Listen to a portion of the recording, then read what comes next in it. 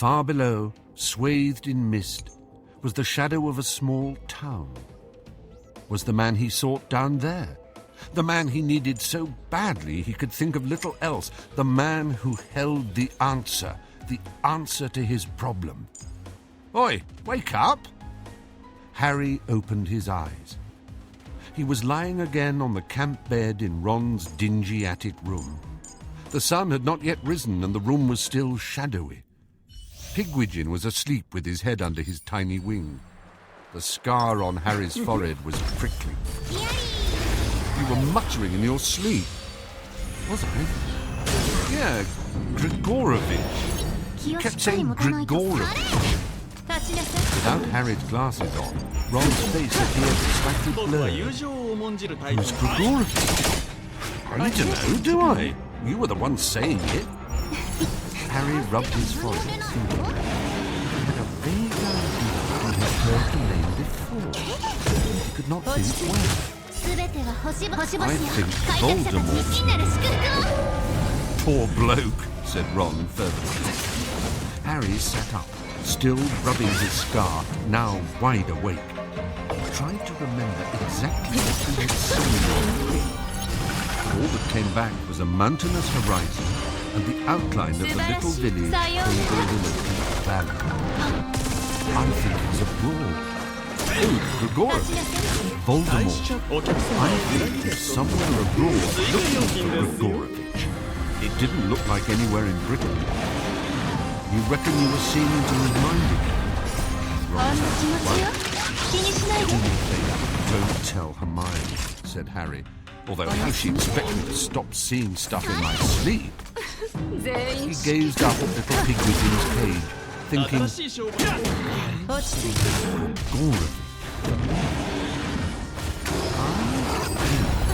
he said slowly, he's got something to do with Quidditch. Some connection. Quidditch, said Ron. Sure you're not thinking of Gorgovich? Dragomir Gorgovich, chaser, transferred to the Chudley Cannons for a record fee 2 years ago. Record holder for most quaffle drops in a season. No, said Harry, I'm definitely not thinking of Gorgovich. I said Ron. Well, happy birthday, anyway. Wow, that's right. I forgot. I'm 17. Harry seized the wand lying beside his camp bed, pointed it at the cluttered desk where he left his glasses, and said, Axio glasses. Although they were only around a foot away, there was something immensely satisfying about seeing them zoom towards him, at least until they poked him in the eye. Slick, snorted Ron. Reveling in the removal of his trace, Harry sent Ron's possessions flying around the room, causing Pigwidgeon to wake up and flutter excitedly around his cage. Harry also tried tying the laces of his trainers by magic. The resultant knot took several minutes to untie by hand, and, purely for the pleasure of it, turned the orange robes on Ron's Chudley Cannons posters bright blue. I'd do your flies by hand, though, Ron advised Harry, sniggering when Harry immediately checked it. Here's your present. Unwrap it up here. Not for my mother. A book, said Harry, as he took the rectangular parcel. Bit of a departure from tradition, isn't it? This isn't your average book, said Ron. It's pure gold. 12 fail-safe ways to charm the cheek. Explains everything you need to know about girls. Last year, I'd have known exactly how to get rid of lavender, and I would have known how to get going with... Well, Fred and George gave me a copy, and I've learned a lot. You'd be surprised. It's not all about one either. When they arrived in the kitchen, they found a pile of presents waiting on the table. Bill and Monsieur Delacour were finishing their breakfast, while Mrs. Weasley stood chatting to them at the front. Arthur told me to wish you a happy 17th, Harry, said Mrs. Weasley, beaming at him. He had to leave early for work, but he'll be back for dinner. That's our present on top. Harry sat down, took the square parcel he had inserted, and inside was was a watch, very like the one Mr. and Mrs. Weasley had given Ron for his 17th. It was gold, with stars circling round the face instead of hands. It's traditional to give a wizard a watch when he comes of age, said Mrs. Weasley, watching him anxiously from beside the cooker. I'm afraid that one isn't new like Ron's. It was actually my brother Fabian's, and he wasn't terribly careful with his possessions. It's a bit dented on the back, but the rest of her speech was lost. Harry had got up and hugged her. He tried to put a lot of unsaid things into the hut, and perhaps she understood them, because she patted his big tongue when he released him, then waved her wand in a slightly random way, causing half a pack of bacon to flop out of the frying pan onto the floor. "Happy birthday, Harry," said Hermione, hurrying into the kitchen and adding her own present to the top of the pile. "It's not much, but I hope you like it. What did you get?" she added to Ron, and seemed not to hear.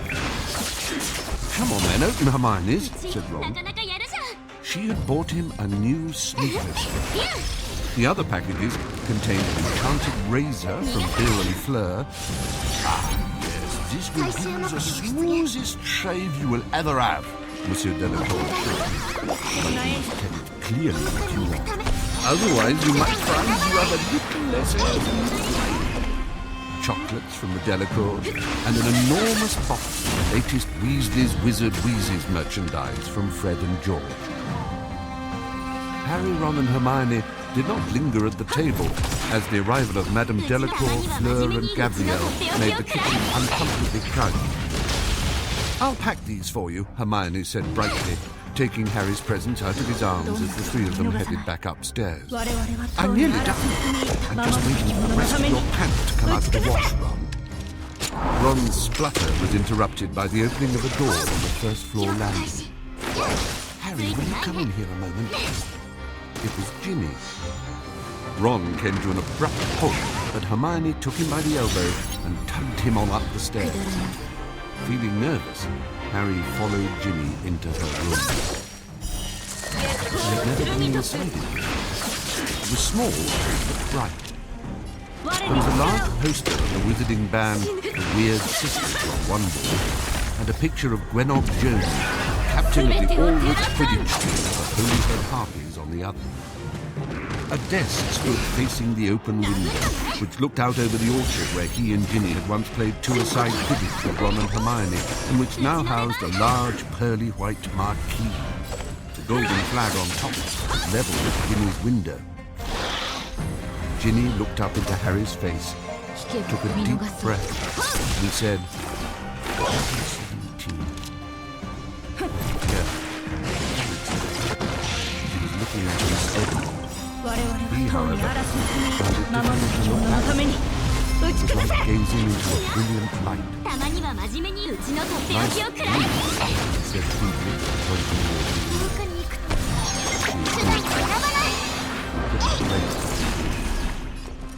"I couldn't think what to get you," she said. "You didn't have to get me anything." She disregarded this, too. "I didn't know what would be useful. Nothing too big, because you wouldn't be able to take it with you." He chanced a glance at her. She was not tearful.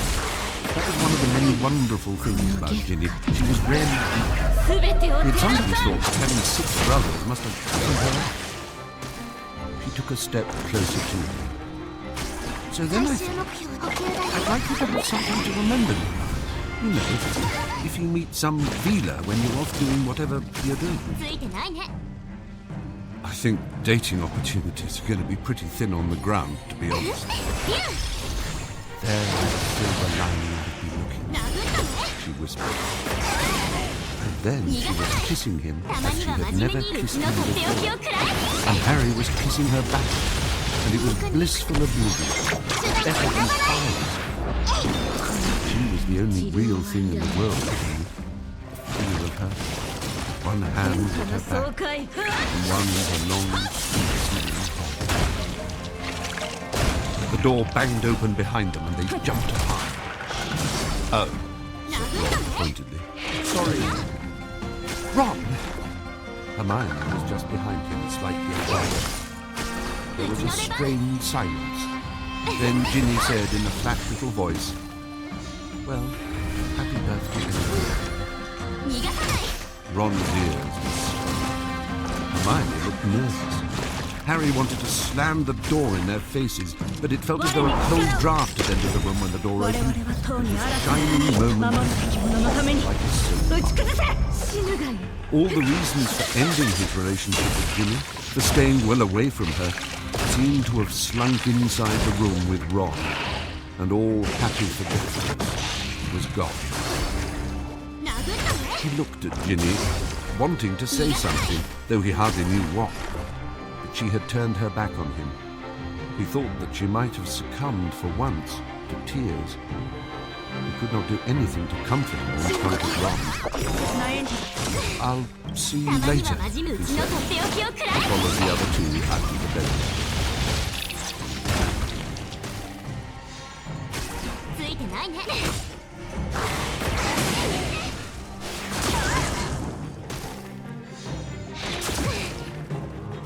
代価を払ってもらう。はっ。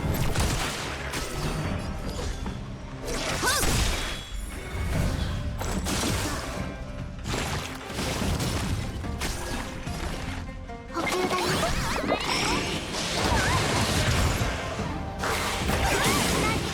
たまには真面目にうちのとっておきをくらえ。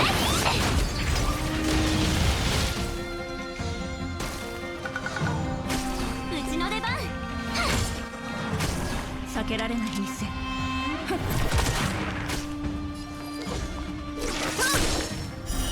月光を剣とす。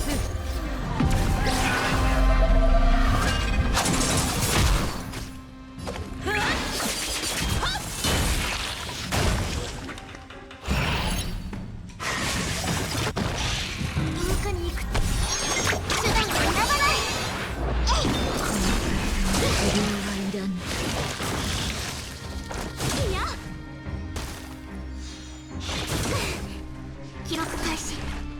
深呼吸。ありがとう。いや。代価を払ってもらう。はっ。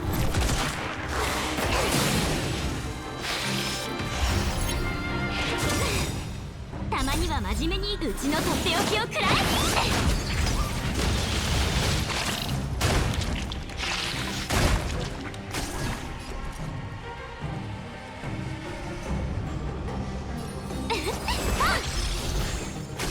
逃げられぬぞ。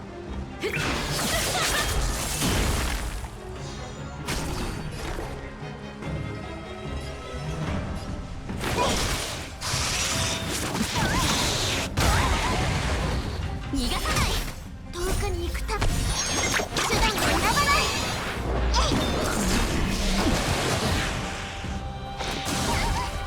殴ったね。たまには真面目に行こっか。うちのとっておきをくらえ。我々はとうに嵐の国守るべき者のために打ち崩せ。死ぬがいい。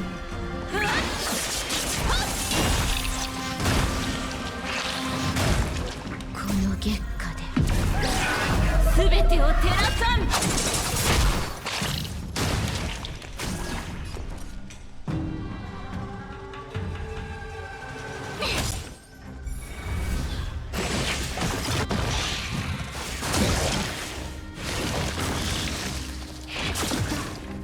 最終目標出現。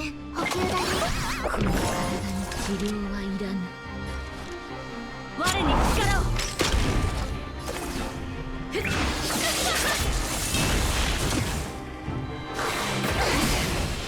逃がさない。うちなかなかやるじゃん。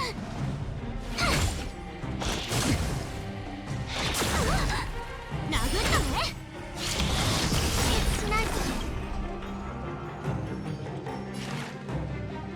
深呼吸。遠くに行く手段を選ばない。たまにはマジうちのとっておきをくらえ。引けば見逃そう。はっ。先けられない一戦。我に力を。我々はとうに嵐に踏み入った守るべき者のために打ち崩せ。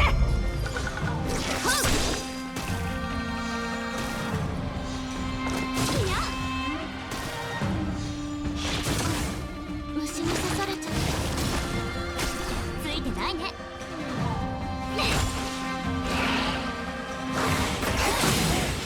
この月下で全てを照らさん。月光を剣とす。